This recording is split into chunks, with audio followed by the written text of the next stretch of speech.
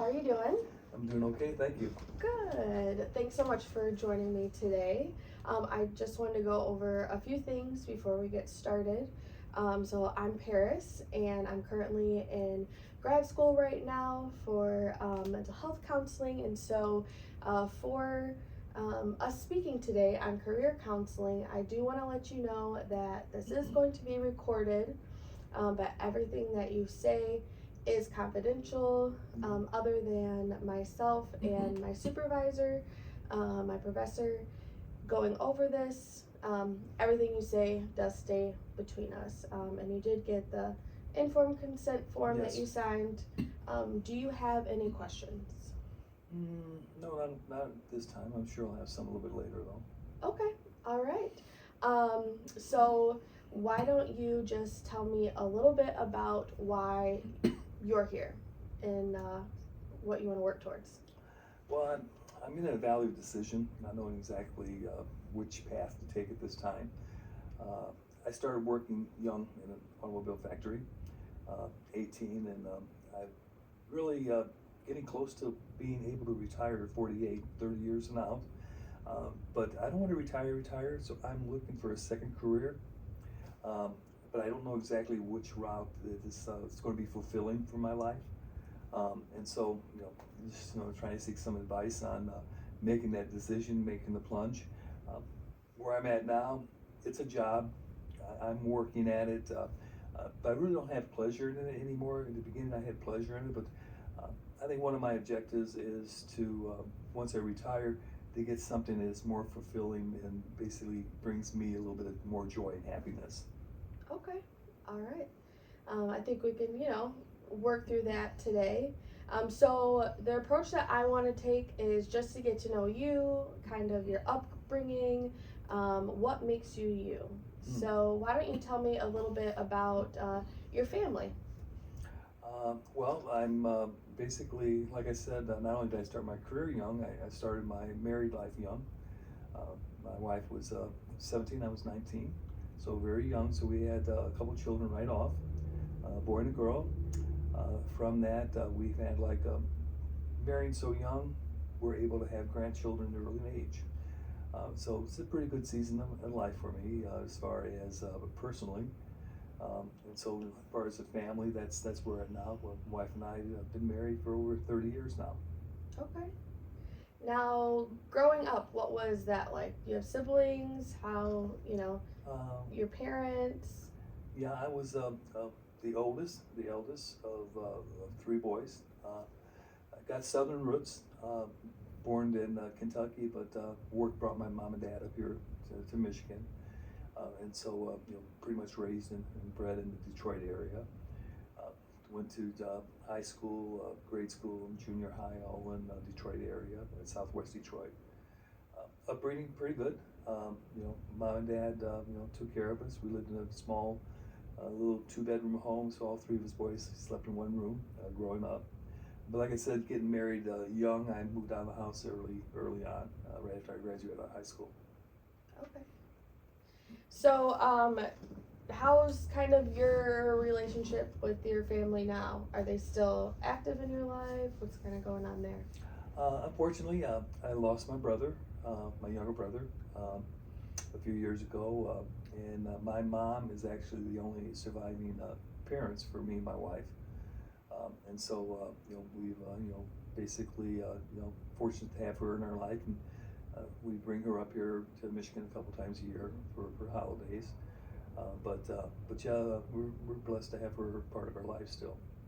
Okay. Hope you don't mind. I'm going to take a few notes. Okay. But tell me about being the oldest. How was that? What was it like having two younger siblings? And what age did you start, working? What was your first job? I actually had a paper route early on. Started very young, junior high school, 13, 14. Started working. From there, worked at a gas station during high school years as assistant manager. And so, after that, I went straight into an apprenticeship program out of high school at Ford Motor Car Company. And so, spend almost 30 years there to retire, so getting close there. So, yeah, work history is, very diligent. As far as family dynamics, I noticed being the oldest, I had to pave the way for the younger brothers. Uh, my baby brother's kind of hilarious.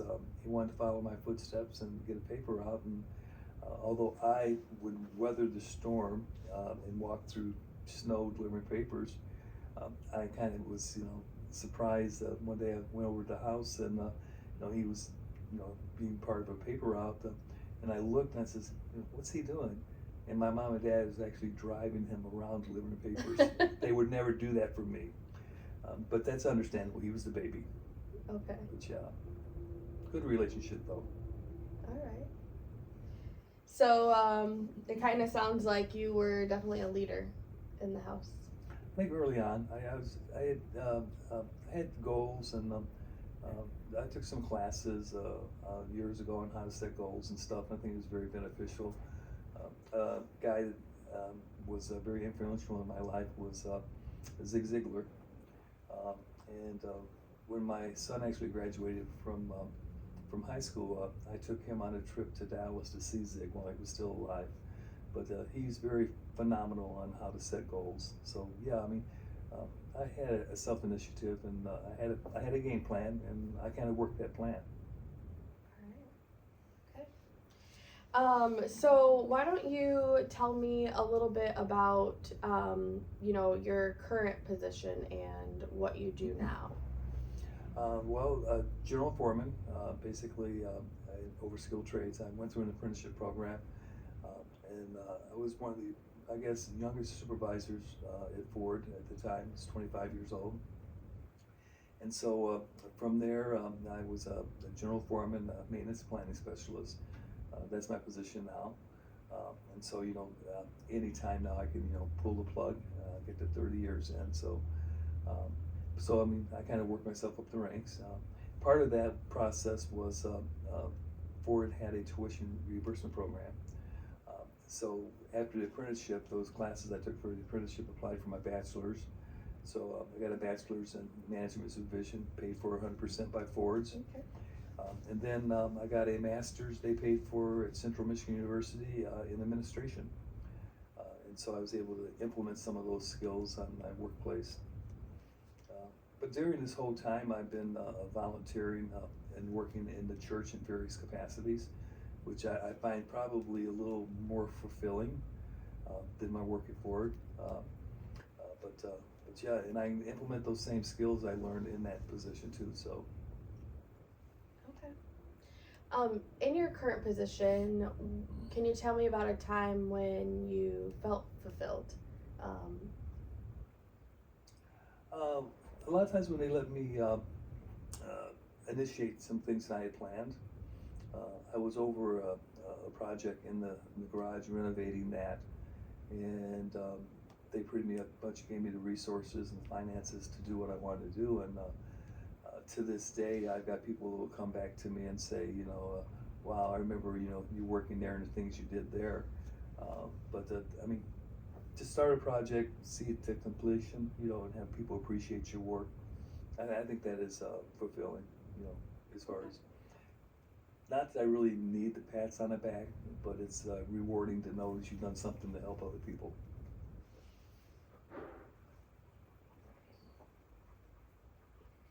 And what about a time, any other time in your life that you really felt fulfilled when you did something? This is maybe a little bit on I guess a personal note. Being able to take my kids and grandkids on thrill rides. Okay. It's not so much work, but I love taking them on things they've never done before, and to see the sheer fear on their face, is to me it kind of floats my boat. But when I'm done, they 9 times out of 10 they'll say, "Wow, it's the best experience they ever had." And to be able to be part of that, memory, I think that's very fulfilling. Okay. So you like adventure? Oh yeah. But I also hear you like, you like structure and you like planning. Oh yeah. Okay. All right. Tell me a little bit more about the volunteering at church and what you do there. Uh, Early on, my wife used to be a singer in back then they called them a quartet. And I used to run around with them, set up their equipment and stuff, which was a lot of fun. But from there, I took over and oversaw several areas of ministries at church. I taught the little kids, junior boys and girls, in the Sunday school class, and eventually I went on up to be a teacher for the young adults and then the young marrieds. And eventually I landed the position of overseeing the whole Sunday school department as superintendent. Had probably a staff of maybe about 8 or 10 people working with me. And so, that was something that was very fulfilling. And then I was, I guess, the second-hand man or the assistant leader or pastor of a church for a while, which, was overseeing, different operations, administrative part of the church. And then just recently I took a position where I take care of the Christian education at a church. And it was volunteer up to that point, but Okay. now I do like a part-time paid position. Not at all full-time at all, but just something part-time. All right. So when we first started talking, you did mention, volunteering at the church and how that is a little bit more fulfilling than what you're doing now. Why do you think that is? Well, sometimes I don't think it's all about me personally. It's about what I can contribute to, help other people really see something happen in their lives to cause them to grow.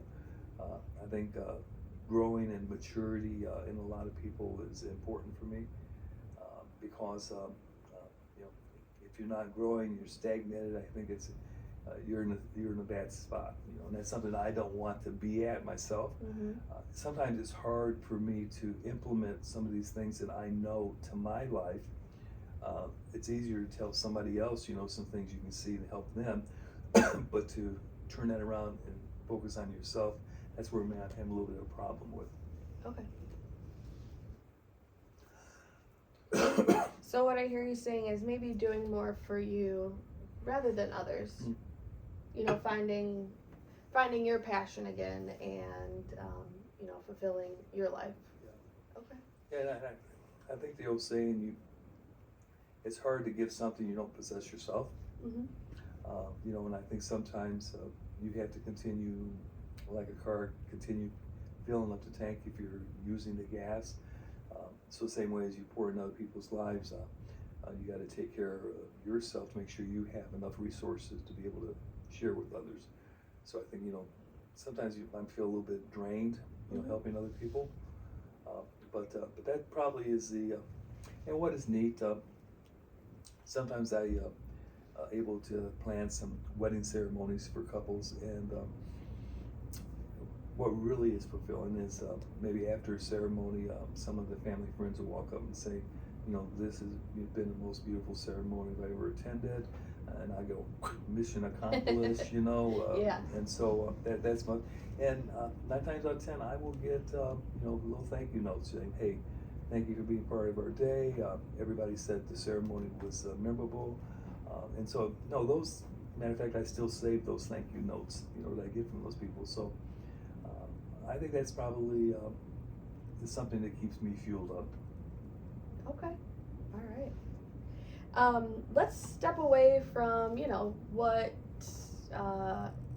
career choices you've had in the past, and tell me some things that you enjoyed doing when you were younger. What are some of your earliest hobbies that you can remember? This probably predates your time, but we had every year during Christmas time, we had a top 100 songs of the year. and I got a reel-to-reel recorder, and we taped the songs off the radio, and it was kind of fun being a DJ, introducing those songs and stuff, me and my friend. So eventually we took that reel-to-reel, had it converted to a VHS. We had it converted over to I guess you call it, those little cassette drives that you put in, then a cassette, and then we had it converted to MP3. But yeah, all throughout the years we've seen it process. But that was a fun time putting that together. But yeah, I just love love building things. It was something that I'm very passionate about, is seeing something in rare form, and then see something come out of that, construction wise. Just recently put together a shed that was like a zillion pieces, a zillion screws. Took a couple of days to put together, but you step back and you see the finished product, it's a feeling of accomplishment. All right. What about now? Do you have any hobbies now? Anything that you like to do with your wife? Don't vacate as much as we'd like. I love vacationing and going out and doing different things, visiting different sites. But other than maintaining the home, trying to keep things up there is sometimes can be a taxing job. But other than that, I am still working with some classes at church, which is good. Disappointing sometimes when you plan something and it doesn't come through. Trying to put together a seminar now, but we're having very low participation rate, so it's a little discouraging there. But still involved in weddings, and unfortunately, sometimes I help take care of memorial services for people that's passed away, and it's still the same thing. Whenever I'm able to serve somebody and be a help to them, I think that's something that is so important. Okay. All right. What are some challenges that you have had to overcome in your life? Well, early on, I was very a poor student. Had some help from my mom and dad, throughout the years, and I think they kind of just maybe went a little bit overboard, because it kind of went to a place where I never stopped learning, which I felt was important. So I had to overcome some challenges there. I had to go to a speech class early on. Still have certain problems in pronunciating certain words. Having regrets would probably be one that I kind of wish I would have studied a little bit more harder in certain areas of schooling, English, spelling, and things of that nature, because I have a tendency to be using a lot of those skills that I didn't develop early on, so that's a challenge. The one thing I did do that is beneficial was I did it for selfish reasons, but I took 3 years of typing back in the day, and I think I was one of 2 or 3 boys in the whole class. So wow, you can get why I was in the class. It wasn't for typing skills. But I mean, right now, I mean, I can close my eyes, and my little granddaughter will look at me, and say, "Papa, you're not looking at the keyboard when you're typing, because I know the home keys, and yeah. I learned that skill. I did that very well. Back in the day, it was a manual typewriter, and so I was pushing probably around 56 words a minute, which was pretty fast at the time, But yeah, that was a benefit. But in other areas, I kind of regret not, see, it's a challenge now in certain areas. Okay. Looking back at those challenges, how does it make you feel talking about them? Well, like I said, maybe just regrets. Hindsight's 20/20. You can't go back and change things. It would be nice to get that little time machine and go back and do certain things differently. Same thing about we built this house a few years ago, And even today, you know, we look and say, oh, we should have done this. We should have done this. We should have put a closet here. We should have done. So, I mean, you know, it's kind of difficult. Sometimes you just, you know, got to work with what you have, and hopefully learn from your past experiences and mistakes and try to make things better. Alright. So, you're thinking about retiring, but not fully. No, yeah. I hear you saying that you still want to be active and working, and but something that's a little bit more fulfilling to yourself, you know, but while helping others in the process. What would you say some of your goals are for the next few years, whether it's career-wise, personally, family? Give me like 3 goals that you have. Well, I guess one would be just go ahead and, you know, take the plunge and retire and start a second career. Okay. You know, starting early on kind of gives me that benefit. Being so young, I'm able to, you know, retire at an early age and still have, you know, 20, 30 years. I can, you know, concentrate on another career. And so, you know, that would be number one. Number two would, I would love to develop and work on a growth plan. Okay. You know, I have a certain process that I'm looking at on how to apply certain principles on, you know, helping people to grow. So somehow maybe get a little bit more trained on being able to be like a coach or a mentor, you know, and use this material that I develop and publish, you know, a book that I think, you know, would be very beneficial to go along with that seminar or workshop. So that'd be the second thing. And the third thing would be going ahead and continue, probably maybe build a wedding business, put together a website or something, because I think I have a good plan on how to help people celebrate their marriage in a very meaningful way. So I think those may be one of the top 3. Okay.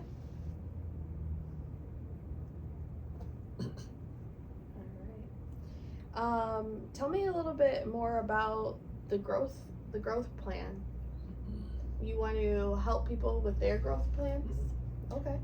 Well, I think just using some of the principles that I learned with Zig Ziglar is that, you know, if we don't have a target that we're pointing towards, we're just going to be randomly going, you know, so aiming at a certain target, and that's, you know, making very clear, specific, you know, goals on, you know, what you want to do. And I applied this going through school, you know, I kind of say, hey, I wanted to get a bachelor's, this is what I need to do.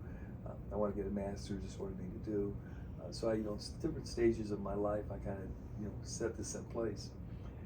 So I think, you know, transferring some things I've learned along the way to other people to more or less, you know, give them tools and resources on how that they can, you know, move forward. I mean, it's unlimited what people can accomplish if they really put their mind to it. Some people say, you know, nothing's impossible. I don't believe that. You know, you're 4 feet tall, you're not going to be able to be a basketball player, so, you know, that's out of the question. So you have to look at a different direction. But working within those God-given, you know, talents and resources that we have is important. A lot of people don't recognize what they have sometimes unless you start bringing that out in their lives. Mm-hmm. And so, yeah, I'd like to get just a very simple process, and, you know, this is the first step. You know, do you have any obstacles going to hinder you from doing this? And then be proactive and say, well, okay, with these obstacles, how am I planning if these obstacles come up to overcome these? So, I mean, you know, there's like there's a 6 or 7 step process that I'm looking at. Okay. And just put it down in a little simple form. I'm a simple guy. All right. So just want to go over everything kind of we've talked about. Do you have any questions so far? Well, or any extra things that you want to share? I guess I need a little bit of help on how to put all this together. Yeah. There's a lot of things going on in my mind. need to do this. And I know, you can't do everything at once. I know there's this process. So trying to weed out the important things to do first. Yeah. And then kind of, have some steps up. I'm having a little difficult time putting that together. Okay.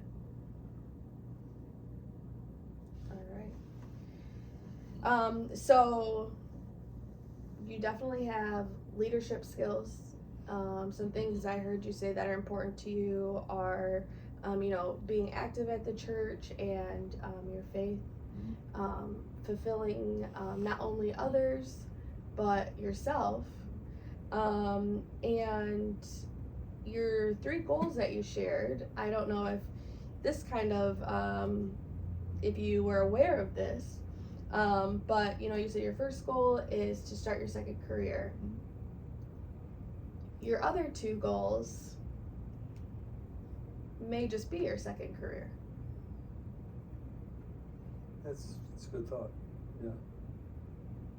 What do you think are some obstacles that have kind of stopped you from, what you said, just taking the plunge and retiring and focusing on those other 2 goals, which is that growth plan and your wedding business? I think the obstacle, first one, is just making the decision to leave my 60, 70-hour week job to give me the time to be able to dedicate towards those other areas. So I think that's the biggest step, taking that plunge. Getting paid good money. It's kind of hard to throw that down the tubes. Retirement's maybe about half. They do compensate you a little bit. And so income will become a little bit less. So therefore, there's going to be some adjustments there. So there's probably a lot of things to look at to make that plunge, to be able to see if financially we're able to do it. But allowing me to have that time that I dedicated, driving back and forth to work, spending time on the job, working overtime. Although money is good, and that's exactly what it's called. It's a job. It's not a fulfilling position, although early on it was exciting because it was new. But the opportunities for advancements and going places with our company now is 0. They're pretty much stagnated. Matter of fact, the last 2 or 3 years, we have a paid performance program. And although I got high ratings in my performance, they kept telling me, says, "You're overpaid for your pay grade now, so we can't give you a raise." So what good was the performance pay for? So I'm kind of stagnated there. So that's one contributing factor to why to make the move, because there's no opportunity for advancement whatsoever there. Yeah. So I think that's the biggest obstacle probably right now is to have someone encourage me to make the decision to jump off the ledge. Yeah. All right. I don't see too many things holding you back from doing what, I feel like you're supposed to be doing. All of these things kind of contribute to the helping others, helping yourself, with the wedding business. You are seeing things in completion. You start with the couple and their planning process and go all the way through their big day with them. Yeah. And that's kind of a pattern that you've had throughout your life with some of your career choices and what you enjoy to do is seeing that building stage and from start to finish. Yeah. So I think for our future sessions, I'd like to meet a couple more times and create that plan of taking the plunge, what that would look like for you, because I think, and tell me if I'm wrong, you have your second career. I think those are 2 areas could probably be very, very much not only just take up my time, but it'd be enjoyable trying to put that together. But I think in the midst of that too, there is the opportunity to gain a little bit of income, from both of those areas, So not so much you need to have a lot of income come in, but just enough to supplement, what I'm getting in retirement.